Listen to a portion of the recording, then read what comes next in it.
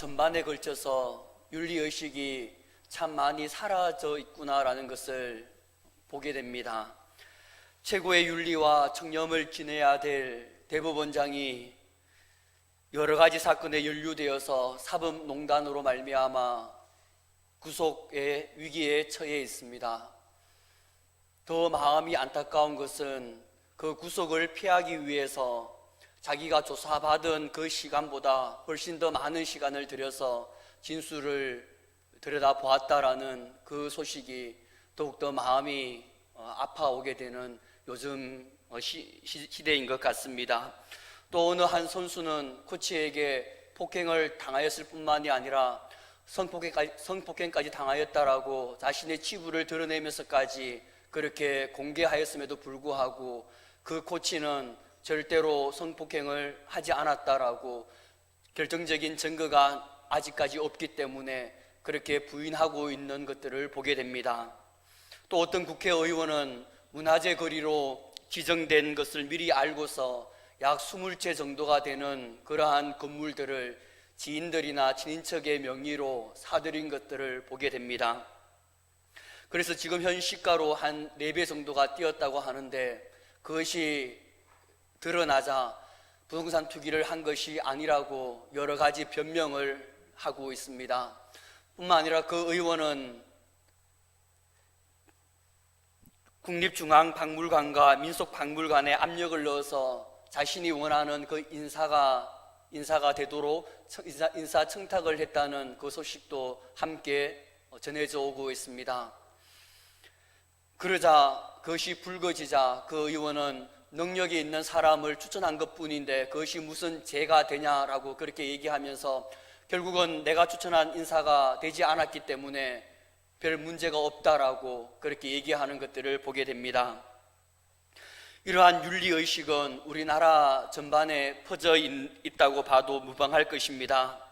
어떤 문제나 잘못이 드러났을 때 먼저는 부인하고 발뺌을 하고 그리고 어느 정도의 증거가 드러나면 그것을 변명하기에 급급하고 그리고 더 나아가서는 결정적인 증거가 드러났을 때는 송구하다고 죄송하다라고 그렇게 얘기하는 모습들을 자주 보곤 합니다. 오늘날 우리나라 정치나 사회나 경제나 스포츠나 그 모든 부분에 있어서 깔려져 있는 전반적인 기류인 것 같습니다. 겉으로 결정적인 증거가 드러나지 않는 한 윤리의식이나 양심 따위는 중요하지 않는 것을 보게 됩니다. 가장 청렴해야 될 그 부분 중에 하나인 대법원장과 스포츠 지도자들 그리고 또한 국민의 대표로 뽑힌 국회의원이 윤리적 의식이 이 정도라고 한다고 하면 우리나라의 사회 전반이 얼마나 부패되었는지를 우리가 가늠할 수 있을 것입니다. 2017년도 우리나라 부패인식 지수를 보면 세계 180개국 가운데 51위라고 합니다. 일본이 20위인데 비해서 우리나라는 2배가 넘는 부패를 가지고 있다는 것입니다.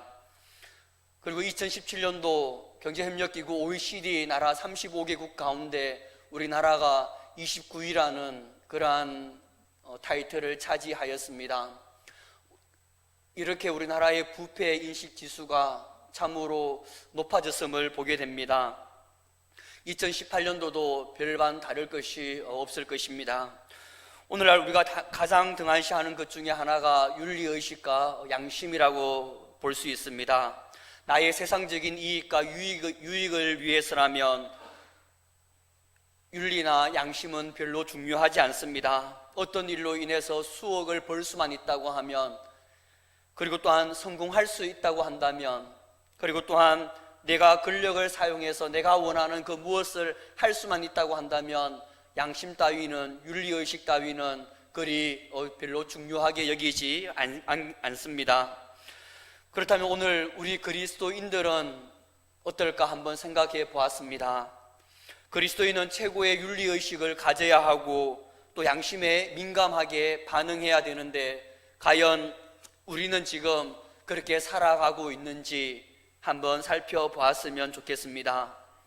혹시 삶 속에서 하나님의 말씀대로 행하지 않아도 범죄로 드러나지 않기 때문에 영적으로 무감각한 삶을 살아가고 있지는 않은지요? 하나님을 사랑하지 않아도 살아가는데 별 문제가 없기 때문에 우리는 그냥 개의치 않고 살아가고 있지는 않은지요? 매일 영혼의 양식인 하나님의 말씀과 영혼의 호흡인 기도를 매일 하면서 나아가야 되는데, 그렇게 나아가지 않아도 하루하루 사는데 아무런 문제가 없기 때문에 우리가 그냥 살아가고 있지는 않은지 우리 자신을 한번 살펴보기를 바랍니다. 이러한 하루하루를 보내고 있으면서도 회개하지 않고 살아가고 있는 것은 아닌지요? 아니면 우리가 이렇게 살아가는 것이 죄인 줄도 모르고 아무런 문제 없이 살아가고 있지는 않은지 한번 돌아보기를 바랍니다. 마치 전 대법원장처럼, 스포츠 지도자처럼, 아니면 어떤 국회의원처럼 내가 죄를 짓고 있음에도 불구하고 어떤 사람이 명백한 증거를 제시하지 않기 때문에 회개하지 않고 오히려 그것을 합리화시키거나 또 변명하거나 대수롭지 않게 여기고 우리가 살아가고 있지는 않은지요? 세상 사람들과 똑같이 윤리의식이 그리고 양심이 무뎌져 있고 하나님과의 그 관계가 멀어져 있지는 않은지 우리 자신을 한번 살펴보기를 바랍니다.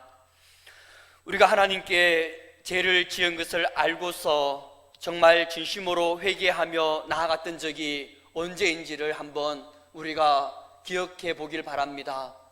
저도 하나님께 진심으로 마음을 찢고 애통해 하면서 회개한 적이 정말 오래되었음을 보게 됩니다. 그냥 죄를 지었음을 알았을 때 회개하기는 하지만 정말 애통하는 마음으로, 정말 상한 심령, 깨어진 심령으로 회개하지 않고 나아갔음을 보게 됩니다. 오늘날 내 자신이 하나님과 친밀하지 못하고 멀어져 있고, 그리고 또한 우리 한국 교회가 여러 가지 문제로 넘어지고 있는 이유 중에 하나는 회개하지 않았기 때문에, 교만하기 때문임을 우리가 볼 수 있습니다. 회개가 사라져버렸기 때문에 내 자신은 물론 한국 교회에 많은 문제들이 일어난다고 해도 틀림없는 말일 것입니다. 오늘날 교회는 회개하지 않고 하나님의 은혜만을 구하고 하나님의 능력만을 구하기 때문에 우리 자신도 교만해져 있고 우리나라의 모든 교회들이 교만해져 있고 영적으로 무뎌져 있는 것을 보게 됩니다. 반면에 다윗은 사무엘하 12장을 보면 나단 선지자가 와서 밧세바를 간음하고 또한 우리아를 죽인 것을 지적하였을 때 다윗은 왕이었음에도 불구하고 자신의 죄를 자복하고 마음을 찢고 애통해하며 회개하면서 나아가는 모습을 보게 됩니다. 다윗은 그 당시에 절대 권력을 가지고 있었고 또한 그 당시에 왕들의 그러한 간섭에서는 그러한 것을 별로 죄로 여기지 않았습니다. 그렇기 때문에 이 나단 선지자가 자신의 죄를 지적하였을 때 나단 선지자만 제거해 버리면 어느 누구도 모르고 그 죄를 덮어버릴 수도 있는 그러한 상황 가운데 있었습니다. 그러함에도 불구하고 이 다윗은 나단 선지자가 죄를 지적하였을 때 자신의 마음을 찢고 회개하면서 그렇게 철저히 하나님 앞에 나아가는 모습을 보게 됩니다. 다윗이 위대한 왕이 될 수 있었던 것은 하나님 앞에서의 겸손함과 또한 회개로 나아갔던 그러한 자였기 때문에 이 다윗이 참으로 위대한 왕으로 쓰임받을 수 있었습니다. 죄의 중함과 경함이 중요한 것이 아니라 죄를 지었고 죄를 지었음을 깨달았을 때 우리가 어떻게 행동하느냐에 따라서 하나님의 심판도 달라지고 또 우리의 신앙도 차이가 나는 것입니다.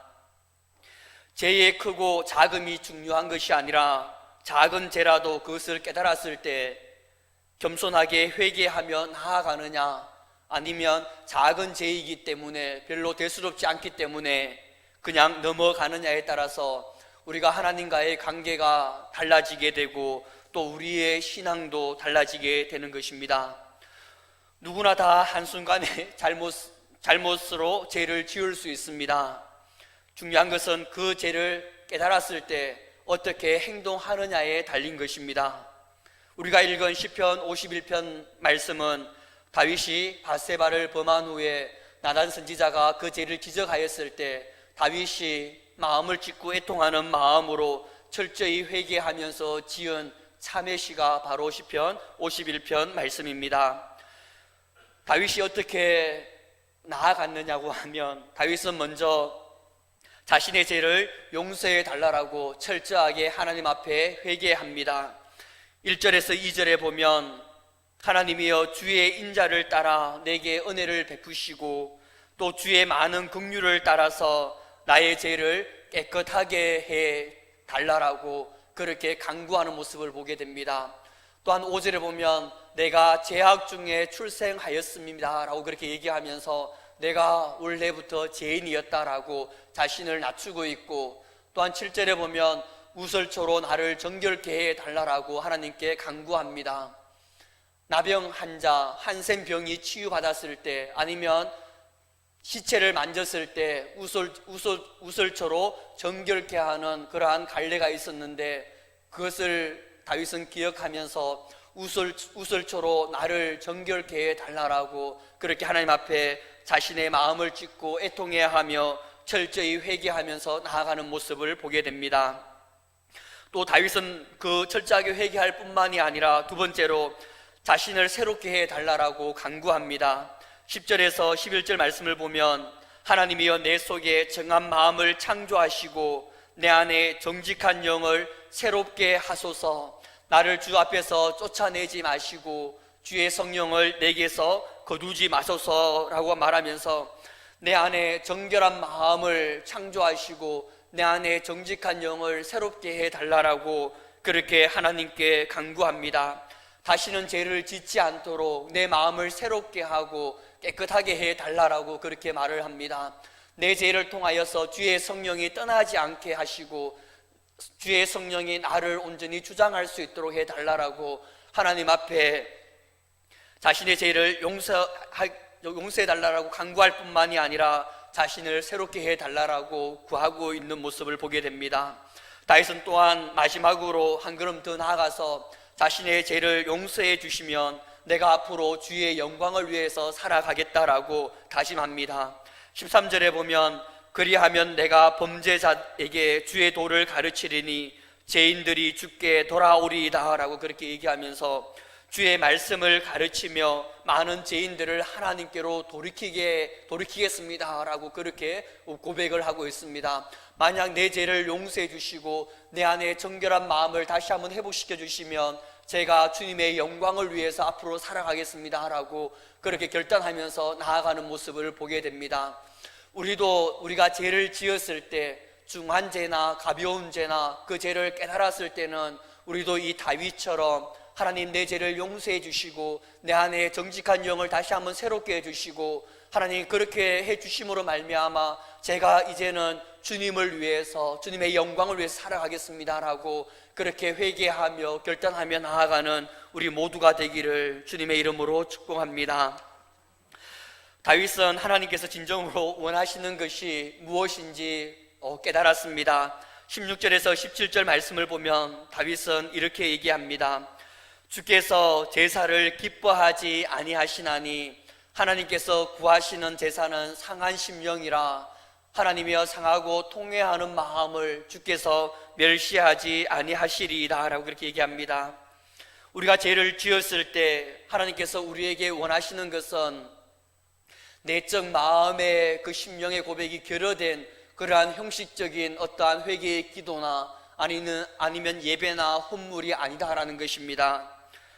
상한 마음과 애통하는 그러한 마음으로 하나님 앞에 나아가는 그러한 마음, 그러한 자세가 하나님께서 원하시는 그러한 마음이고 그러한 예배의 모습인 것입니다. 우리는 매일 크고 작은 죄를 지으며 살아갑니다. 우리에게 매일 요구되어지는 것은 우리에게 하나님께서 원하시는 것은 상한 마음과 애통하는 마음으로 하나님 앞에 죄를 자백하며 겸손하게 나아가는 것입니다. 우리는 매일마다 하나님의 말씀대로 행하지 못합니다. 정직과 공의로 살아가지 못하는 연약한 우리의 모습이고, 그리고 또한 하나님의 말씀대로 하나님의 그 모든 말씀을 지켜 행하지도 못하면서 나아가고 있습니다. 뿐만 아니라 우리는 하나님을 사랑한다고 하면서도 매일매일마다 하나님과 대화하기 위해서, 하나님과 교제하기 위해서 말씀과 기도 가운데 나아가는 것을 소홀히 하고 있습니다. 더 나아가서는 우리가 하나님과 친밀한 관계 가운데 나아가기를 우리가 꺼리면서 살아가는 것이 우리의 모습입니다.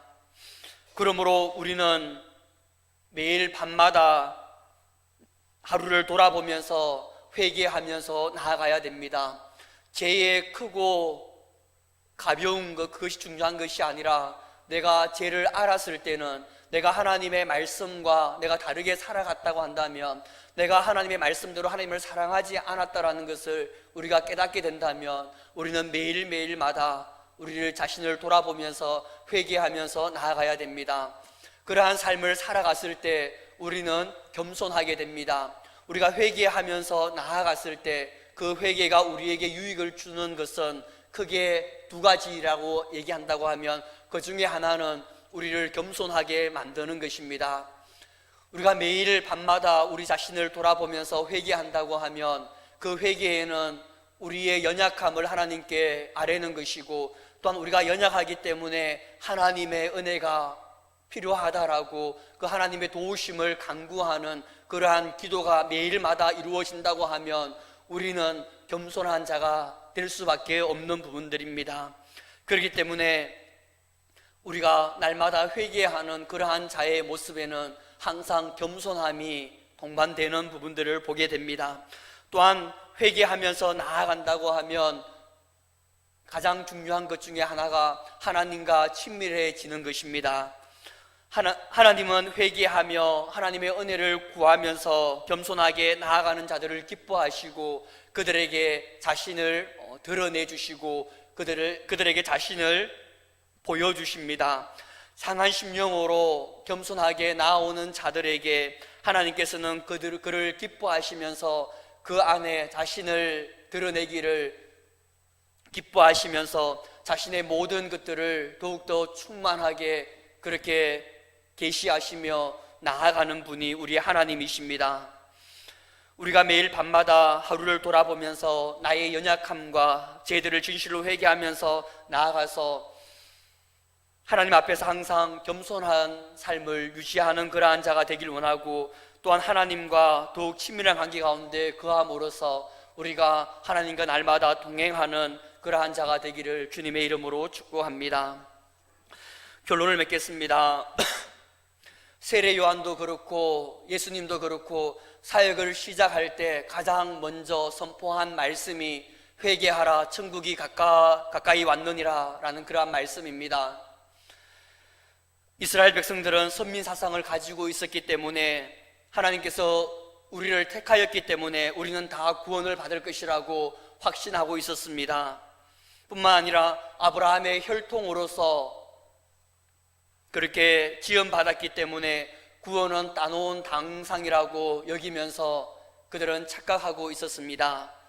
그런 이스라엘 백성들을 보면서 세례 요한은, 예수님은 먼저 회개하라라고 그렇게 선포한 것입니다. 이 회개하라라는 이 말씀은 오늘날 우리에게도 동일하게 하신 말씀인 것입니다. 오늘 우리에게도 꼭 필요한 말씀입니다.